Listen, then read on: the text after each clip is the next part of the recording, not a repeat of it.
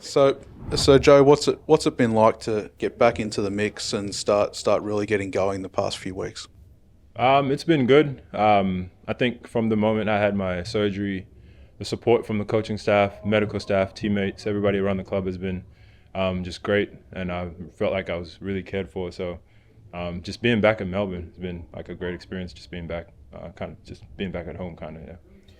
Can you explain a bit of the mindset of why you wanted to come back? It really sounded like you felt like there's a chance to push for the NBA from here, and that was a big part of it.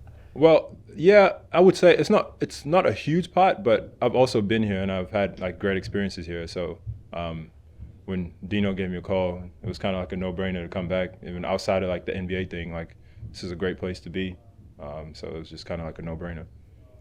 That comfort must mean a lot to you, knowing the guys, knowing the system after moving around a bit, after being in different places. Yeah, I wouldn't say moving around a bit. I feel like it was 1 year out, and I've been here most of my career. But yeah, comfort 100%. I've known Dino now for a long time. I've known all the guys on the team, and part of my growth, or like they're a huge part of my growth and my trajectory of my career. The trust that they've put in me and developing me, my body, and the care they've given to me off the court. I feel like I just kind of grew here, so it's always great to just be back. How difficult was it when you did the injury? Because I think it probably cost you a possibility at the World Cup as well, to go down like that. Yeah, but for me, like I'm a guy of silver linings.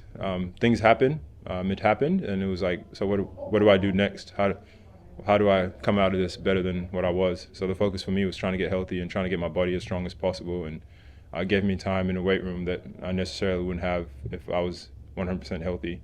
So that was a great part of it. So yeah, I was mad, but I feel like I moved on pretty quick. Just on the injury, Joe, you got back a lot earlier than people were expecting. What has caused that? Have you just healed well, or have you put more work into it? So I feel like a lot of that credit goes to the medical staff, Steve, Jay, Nick. They all just kind of, I was with them every single day, and they kept the rehab kind of fresh when they knew it got a little tedious. They always had something new to do, and I appreciate them so much for the care that they gave me, and I think, yeah, the credit goes to them. What sort of challenge does Sydney pose? Yeah, defending champs, great team. So yeah, we're looking forward to the challenge. The training was hot. It seemed there's usually a lot of heat into it, but especially today, guys were going pretty hard. Is that sort of more intense because of the challenge on the weekend?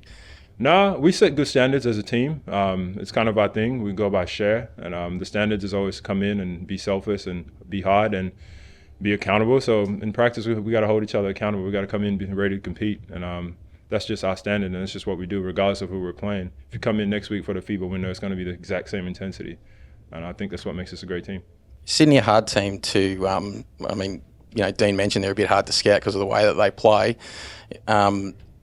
What is it like when you have to go against these like two big guys, which, obviously there's you and Ariel. Not a lot of teams have guys that can kind of match up with you both. Yeah, I mean, I feel like that's for you guys to talk about. We never really focus on what's going on with the other team. We just focus on our game plan and what we need to do to give ourselves the best chance to win and try to execute that. On playing for South Sudan, you got a couple of games in, if I'm correct, remembering. Are you still hoping to get in the mix for the Olympics and so forth when that comes around next year? I'm fully focused on the NBL season, and then we'll see what happens after it. So right now my main focus is Sydney, and then what happens next, and then off season we'll see what happens.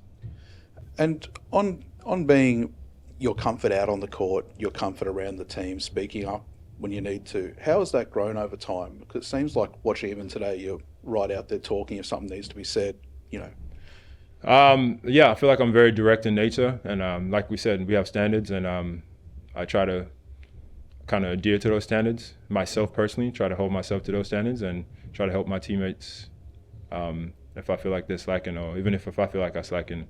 It's just a team thing. Today it was me. Tomorrow it might be Shilly. It might be somebody else, and that's a great thing about the team. We have multiple leaders. And just in recent weeks, when there's been a few guys missing, Delhi, Clark, other dudes, have you felt the need to step up, or is this more shots, more things come to you during the game? How has the game sort of played out in these last couple of weeks for you? I just go out and play basketball and try to help the team win. That's my main focus.